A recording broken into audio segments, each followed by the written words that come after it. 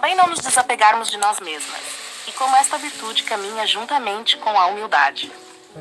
Depois de nos desapegarmos do mundo e dos parentes, e estando recolhidas aqui com as condições já mencionadas, pode parecer que já fizemos tudo e que não precisamos lutar contra mais nada. Ó minhas irmãs, não penseis assim, nem vos entregueis ao descanso. Seria como alguém que se deita tranquilamente depois de fechar bem as portas por medo de ladrões, mas deixa os ladrões dentro da própria casa. Já sabeis que não há pior ladrão do que aquele que está dentro de casa. Assim somos nós mesmas. Se não houver grande vigilância, e se cada uma, como em um assunto mais importante que todos, não se empenhar seriamente em contrariar a própria vontade, muitas coisas poderão roubar essa santa liberdade de espírito que deveria voar para o seu Criador sem estar carregada de terra e de chumbo. Grande remédio para isso é trazer continuamente à mente a vaidade de todas as coisas deste mundo e quão rapidamente tudo passa. Assim se desfaz o apego às coisas tão pequenas e passageiras, e o coração se volta para aquilo que nunca termina. Ainda que pareça um meio fraco, na verdade fortalece muito a alma. Também nas coisas muito pequenas devemos ter grande cuidado. Se percebemos que estamos nos apegando a alguma coisa, devemos procurar afastar o pensamento dela e voltá-lo para Deus.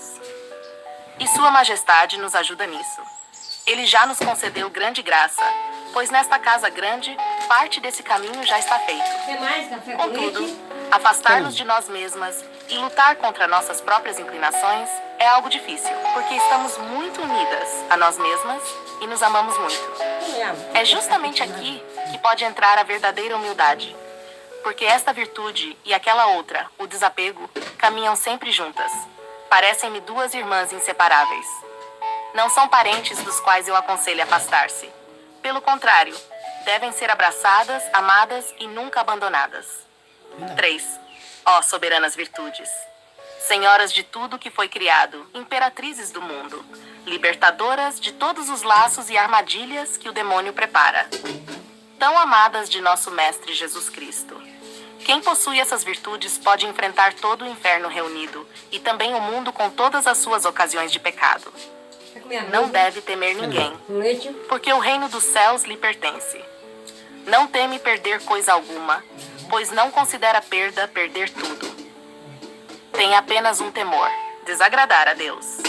E suplica ao Senhor que a conserve nessas virtudes, para não perdê-las por sua própria culpa. Entretanto, essas virtudes têm uma propriedade muito particular. Escondem-se de quem as possui. Assim, a pessoa que as tem quase nunca as percebe e dificilmente acredita que possui alguma delas, ainda que outros lhe digam. Mas ela as estima tanto que está sempre procurando cultivá-las e aperfeiçoá-las ainda mais em si mesma.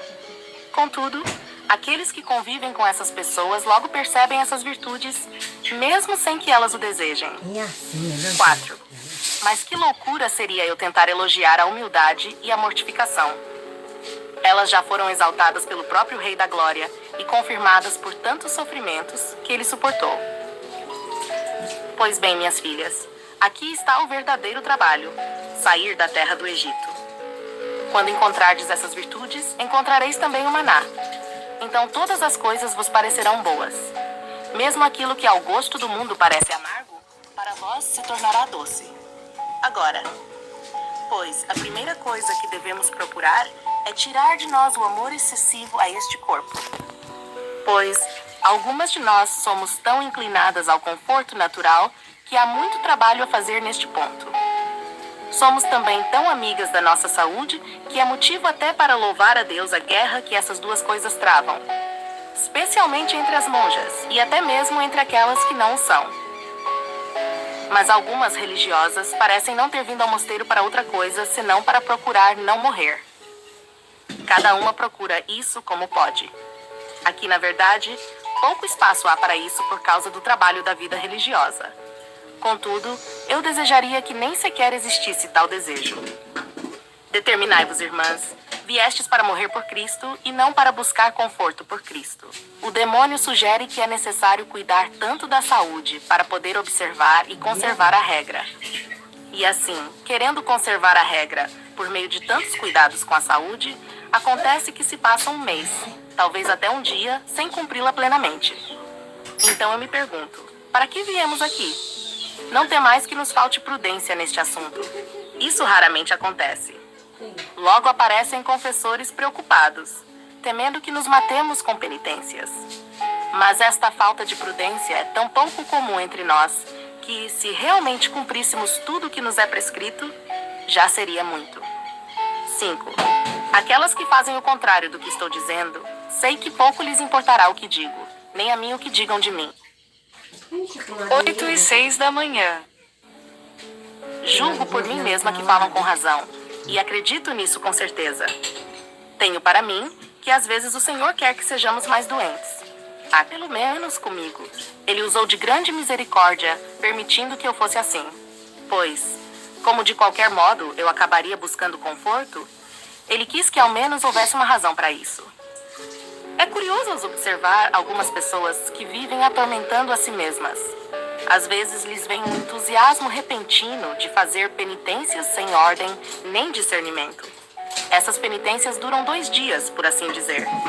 Depois o demônio lhes põe na imaginação que aquilo lhes fez mal e que nunca mais devem fazer penitência alguma. Nem sequer aquela que a regra manda. Porque já experimentaram e viram que não conseguem. E, no entanto, deixamos de cumprir coisas muito simples da regra, como guardar o silêncio, que certamente não nos faria mal. Também não imaginamos que nos possa dar dor de cabeça quando deixamos de ir ao coro para o ofício, algo que certamente não nos mataria. Um dia deixamos de ir porque realmente sentimos dor. Outro dia deixamos de ir sem dor alguma. E outros 3 dias evitamos ir para que a dor não venha. Enquanto isso, inventamos penitências por nossa própria conta, de tal modo que depois não conseguimos cumprir nenhuma coisa nem outra. E às vezes o mal é pequeno, mas pensamos que não estamos obrigadas a fazer nada. Achamos que basta pedir licença e tudo está resolvido. 6. Talvez pergunteis, por que então a priora concede licença? Se ela conhecesse o interior da alma, talvez não o fizesse. Mas como lhe apresentais a situação como verdadeira necessidade, e sempre aparece um médico que confirma o que dizeis, além de uma amiga ou parente que chora ao vosso lado, a pobre priora, mesmo percebendo às vezes que há exagero, que pode fazer? Ela fica com escrúpulo de faltar à caridade. Prefere que falteis vós do que ela mesma faltar. E não lhe parece justo julgar-vos mal. Ó Deus, como há queixas entre as monjas, que o Senhor me perdoe, mas temo que isso já tenha se tornado costume. Digo estas coisas porque podem acontecer algumas vezes, e as coloco aqui para que vos guardeis delas. Pois, se o demônio começa a nos assustar com o medo de perder a saúde, nunca faremos coisa alguma. Que o Senhor nos dê luz para acertarmos em tudo. Amém.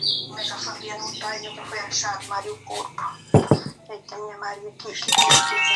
Chegamos ao fim deste audiolivro e quero expressar minha profunda gratidão a todos que permaneceram conosco até aqui. Ô, Zefinha, Sua nem dedicação